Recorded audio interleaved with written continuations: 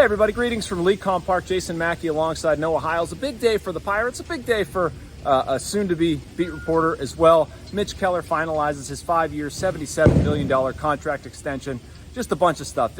Today's always kind of a weird day going from Pirate City to Lecom with games starting tomorrow. But a bunch of news, and we're here to talk about it. So, I don't know. I'm going to get to my thoughts. Noah, what did you think about your first big contract day? I mean, what an event, Jason. I mean, as a guy who was around in a part-time capacity for different other places. Yeah. When Mitch got here, just to see the journey and then to arrive on the beat and see what they did for him today. Both, yeah. I mean, did for him yesterday as well financially, but just to see the teammates show up, to see the coaches show up, to see his family in the front row, and just to have him kind of retell the journey. Sure. It was a special day for him and a special day for a lot of people, and it was really cool to see. And I think we learned, or someone who's new to the beat, you learn just how much this guy means to this franchise. Yeah, and he's a good person. He really is. I've tweeted stuff to that effect. I think we might have even talked about it on the video yesterday. I mean, I think the world of Mitch Keller. He's just a good human being who endured some stuff earlier on in his career and came out better for it. There's all kinds of layers to that. You're going to be writing more of a family aspect. Mm-hmm. I talked to him about David Bednar and what he hopes is next for Bednar. And I think Bednar honestly had something to do with Keller's confidence. He was down in the dumps, banished to the bullpen. And I mean, David is not somebody who lacks for, not in a cocky way, but I don't know. I guess in a good cocky way.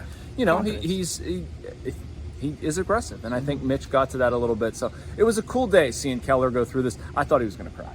I really did. Yeah. I thought he was going to get emotional. He did when he was talking about the All-Star Game stuff. He almost got there, but not quite. He pulled it together. And can you blame him? There were points where, he even admitted to you. You asked him during the press conference. You said, were there parts in 2021 where if I came up to you and asked, did you think this was possible? And he flat out admitted it. He was like, I probably wouldn't have thought this was possible. Yep. And his dad, when I asked him about it, similar question, he just kind of said, we were just trying to get him to the next start. Yeah. His mom talked to me about, she was with him when he got the call to get demoted to AAA. Really? Yes. And, man. And just that family seems, rock solid, or, rock solid. Rock solid. Yeah. Locked in. Yeah. Very tight solid. Together. And it's cool to see them all get to do this, as a family. It is. Yeah. And even my own, beat reporter life, there's been a lot of stuff where I remember talking to Mitch. There was a LA-St.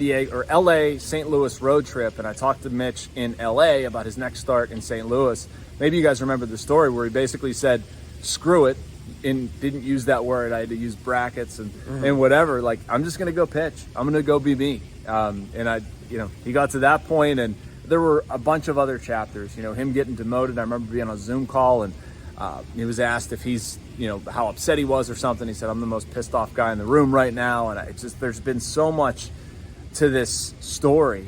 And it's great to see him and his wife Clancy and his parents and everybody here. And then Mitch going to an All-Star game and just building on his career. And no, I think it's interesting too, not to blab on too much about Keller, but this is 3 extensions in a row for the Pirates.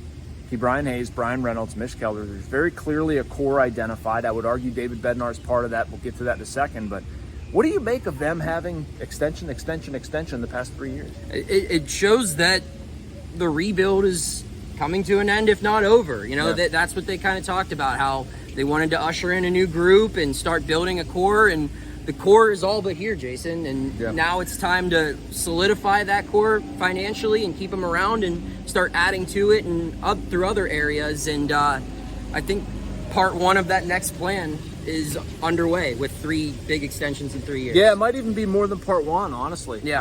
I'm curious what the next move is here. And I wrote about that this morning about, is it David Bednar? I think it has to be David Bednar. I'd love to see them extend Oneil Cruz like Jack Suwinski warrants mentioned discussion. I don't think that would be a bad move. David Bednar was there front and center with Mitch Keller. They've become really close friends. This is a move that makes sense. We talked to Bob Nutting after this move, and I said to Bob, in my mind, David Bednar is the most logical candidate. Is that reasonable to expect you guys to go back and try to get something done with David? And he said, this day is supposed to be about Mitch, but he has confidence that the group here will continue working. So we'll see. But if you're asking my opinion, and I guess in April 1st I'm allowed to give Yes. it, but starting April 1st I'm allowed to give it. I mean, I don't know how you don't lock up David Bednar. Yeah, I mean, nothing much to add on my end because I'm well. I guess I didn't I'm set you up there. far away from being able to offer my opinion. I'm just here for the facts and the news, Jason. So I'll let you contribute those thoughts, not myself. All right, that basically does Yeah. it from here. We talked a lot of Keller. Tomorrow is going to be a fun day. Trip to Fort Myers. Pirates, Twins, Bailey Falter on the mound. Noah's first game. That's going to be a lot of fun. Yep. We're starting with a bang. That's one of the longer trips, but I love this portion of spring training. To me, it kind of changes a little bit. There's nothing wrong. I mean, Pirate City, I love that too, but it gets a little bit more serious. You get daily results. We get to make some road trips. So enjoy the time spent in the car. Maybe we'll see Ron Cook. I don't know. Try to hit up Ron and see if he's around.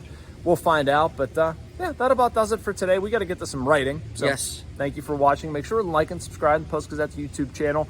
We will have interviews if you keep watching this, following with, I believe, Mitch Keller talking at the podium, Bob Nutting as well. So thank you very much. We'll talk to you tomorrow.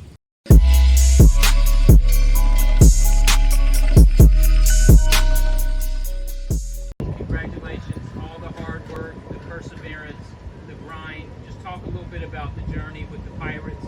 I'm thinking about the quote in the hallway, but you embody that. Just talk a little bit about the Pirates and going forward. Yeah, I mean, ever since I got drafted, I mean, it's just the history behind this ball club is it's incredible. I think the first day when my dad and I went to sign in Pittsburgh, you kind of just, I remember we were up in the press box and look over the city. It's wow. I mean, that's the first thing is what you think, and then just going up through the minor leagues through here. Yeah, I mean, my parents had a lot to do with how I was brought up, but being in the organization, I mean, it's like my home away from home. Just you learn how to be a good person first and foremost, and then ball player is always second, and just really how to be a good person and do the things the right way.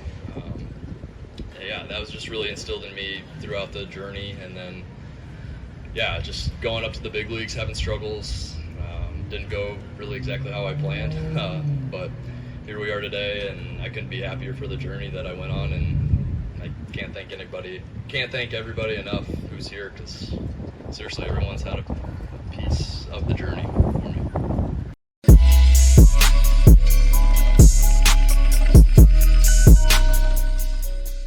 This past week, it was we were absolutely hoping to get it done, but the intangibles, as I've said a couple of times, his commitment to the organization, his enthusiasm for the organization, and just the person that he is, that head and heart, which is what is projected right there in what all of us have heard.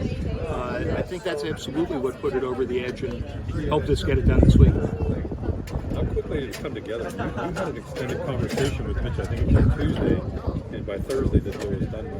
Did that accelerate it, or was it already coming together? Both. Like every deal, it takes forever and then it happens all at once. That certainly was the case. I mean, Ben and Brent had been talking for a long time and been working hard on this, but there's no question that a chance to quietly talk to Mitch, a chance to assess and feel comfortable with his level of commitment, with his level of enthusiasm, absolutely has a huge impact. Again, I think the intangibles in this contract are as important as anything else, and intangibles come throughout daily work, but also one-on-one interaction. Thank you for checking out this content from Post-Gazette Sports. If you watch this video on YouTube, please like the video and subscribe to our channel. For all of the sports coverage the Post-Gazette has to offer, visit post-gazette.com.